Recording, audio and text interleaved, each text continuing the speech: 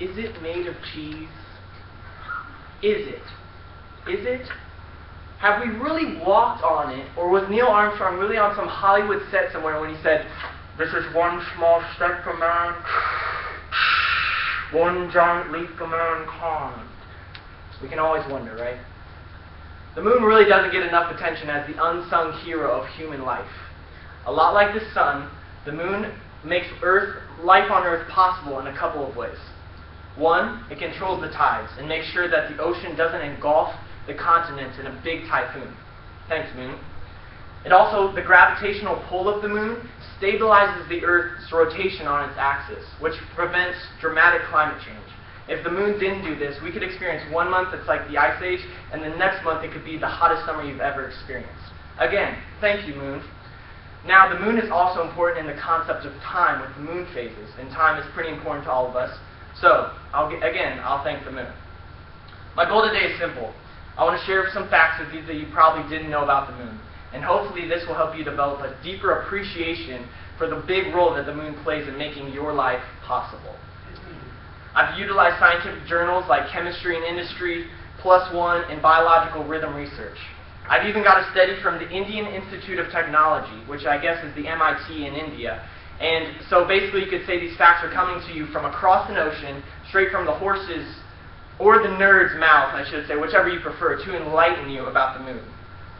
Now, the 3 facts I'm going to share with you is 1, plants can grow in the moon's soil. And 2, there are volcanoes on the moon. And the 3rd fact, the moon phases have an effect on your sex drive. It's true.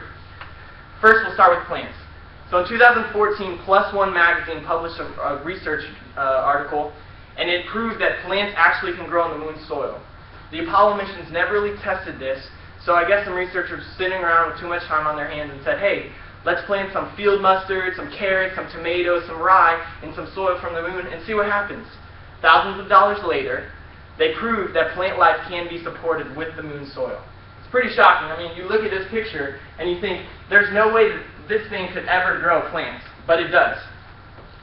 So now you're probably wondering, why the heck does that even matter? And I was too. Apparently, this means that the moon could be a suitable docking station eventually when we're trying to reach deeper parts of space. And it means that when the astronauts dock there, they could actually grow their own food and have sustenance that they need while they're there. Now, this also proves that the moon is not a dead world like we previously believed. There's actually enough water on the moon to cover the entire thing with a 1 meter deep pool. So you could actually go swimming a little bit. But in the end, this potential of the moon to be a docking station really enlightens us that we can actually go to deeper realms in space. Now, more evidence that the moon is not a dead world like some believe is the volcanic activity. Now, there's great debate over how the craters were actually formed on the moon. Some believe that meteorites just crashed into the moon from every direction and it caused the craters.